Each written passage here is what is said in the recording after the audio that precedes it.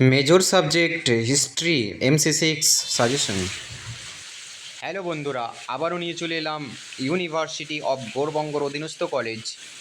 যারা এবার fourth semester major subject যারা হিস্ট্রি নিয়ে এবার পরীক্ষা দিতে চলেছে, অর্থাৎ আন্ডার গ্র্যাজুয়েট যারা fourth semester history major MC6 যারা পরীক্ষা দিতে চলেছ প্রথম দিনের পরীক্ষা, তাদের মাথায় পরিকল্পনা রেখে বেশ কিছু গুরুত্বপূর্ণ প্রশ্নগুলো তোমাদের সামনে নিয়ে চলে এলাম। সুখবর। তো যাই হোক, তোমাদেরকে একটাই কথা বলবো, প্রথম থেকে লাস্ট পর্যন্ত ভিডিও দেখার চেষ্টা করবে, কেউ ভিডিও স্কিপ করবে না, কারণ ভিডিওর মধ্যেই আলোচনা করা হবে কোনগুলো প্রশ্ন ভেরি ভেরি ইম্পর্টেন্ট। আর যারা আমাদের প্রথম ভিডিও দেখছো তাদেরকে বলবো রেড বাটন ক্লিক করে সাবস্ক্রাইব করে আমাদের পরিবারের সদস্য হয়ে উঠে যাও, এবং অন্যান্য নতুন কিছু ভিডিও পাওয়ার জন্য। তো চলো শুরু করছি।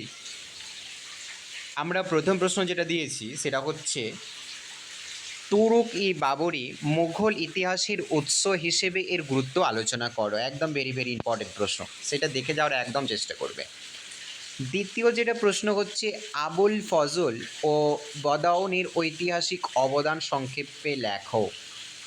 যেটা আবুল ফজল ও বদাউনি এই দুটির মধ্যে একটি আসবে, এবং আরেকটি ছিল সেটা হচ্ছে লাহোরি। আমরা কিন্তু লাহোরিটিকে বাদ দিয়ে আবুল ফজল ও বদাউনিটাকে ভেরি ভেরি ইম্পর্টেন্ট করেছি। ওকে, তারপরে যেটা হচ্ছে 3 নম্বর প্রশ্ন, মুঘল যুগের ইতিহাস লেখার যে বিভিন্ন পদ্ধতিগুলো ছিল সেগুলো বিশ্লেষণ করো। মুঘল যুগের ইতিহাস কীভাবে লেখা হতো, একদম ভেরি ভেরি ইম্পর্টেন্ট প্রশ্ন, সেটা স্টার দিতে আমি ভুলে গেছি। হ্যাঁ, তোমরা কিন্তু করে যাওয়ার চেষ্টা করবে। 4 নম্বর যেটা রয়েছে, ম্যানসবদারি ব্যবস্থার গঠন ও তাৎপর্য ব্যাখ্যা করো। একদম ভালো প্রশ্ন। 5 নম্বর যেটা প্রশ্ন হচ্ছে, আকবরের রাজপুত নীতি সম্পর্কে সংক্ষেপে আলোচনা করো। দেখে যাওয়ার চেষ্টা করবে। 6 নম্বর যেটা প্রশ্ন রয়েছে সেটা হচ্ছে, সুলহ-ই-কুল নীতির মাধ্যমে ধর্মীয় সহনশীলতা প্রতিষ্ঠায় আকবর কী ভূমিকা পালন করেন।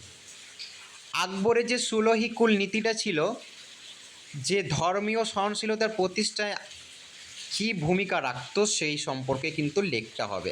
একদম ভেরি ভেরি ইম্পর্টেন্ট প্রশ্ন, কেউ ছেড়ে যাবে না এই প্রশ্নটা। ওকে, তারপরে যেটা রয়েছে, মুঘল শাসনকালে নবিলিটির ভূমিকা কী ছিল আলোচনা করে দেখে যাওয়ার চেষ্টা করবে। তারপরে যেটা রয়েছে 8 নম্বর প্রশ্ন, মুঘল সাম্রাজ্যের পতনে দুটি প্রধান কারণ আলোচনা করো। দেখে যাওয়ার চেষ্টা করবে। ওকে, 9 নম্বর যেটি প্রশ্ন রয়েছে, কৃষক বিদ্রোহ মুঘল সাম্রাজ্যের দুর্বলতায় কীভাবে ভূমিকা রেখেছিল তা ব্যাখ্যা করো। একদম দেখে যাওয়ার চেষ্টা করো। এবং এখানে যে লাস্ট নেক্সট দুটি প্রশ্ন রয়েছে 10 এবং 11, এই দুটির মধ্যে একটি দেওয়ার চান্স অনেকটাই প্রবল আছে। সেটা আমি তোমাদেরকে বলবো, 10 নম্বরটা দেখে যেও। সেটা হচ্ছে, বাংলায় আঞ্চলিক শক্তির উত্থান সম্পর্কে সংক্ষিপ্ত আলোচনা করো। বাংলায় আঞ্চলিক শক্তির উত্থান সম্পর্কে সংক্ষিপ্ত আলোচনা করো। একদম ভেরি ভেরি ইম্পর্টেন্ট প্রশ্ন। আর 11 নম্বর যেটা প্রশ্ন রয়েছে সেটা হচ্ছে, মুঘল পরবর্তী সময়ে মহারাষ্ট্রের আঞ্চলিক রাজনৈতিক ব্যবস্থা বৈশিষ্ট্য কী ছিল, সেটা দেখে যাওয়ার চেষ্টা করো। এই ছিল তোমাদের সাজেশন, এই ছিল তোমাদের ভেরি ভেরি ইম্পর্টেন্ট প্রশ্ন। তোমাদেরকে একটাই কথা বলবো, তোমাদের বন্ধু বান্ধব যাদের history major subject 06 major subject MC6 যাদের রয়েছে, তাদেরকে এই ভিডিওটা পৌঁছে দেওয়ার জন্য। ওকে, থ্যাংক ইউ সো মাচ। এখান থেকে ভিডিও ছিল, এবং কমেন্ট করুন এর পরবর্তী কোন সাজেশন লাগবে। Thank you.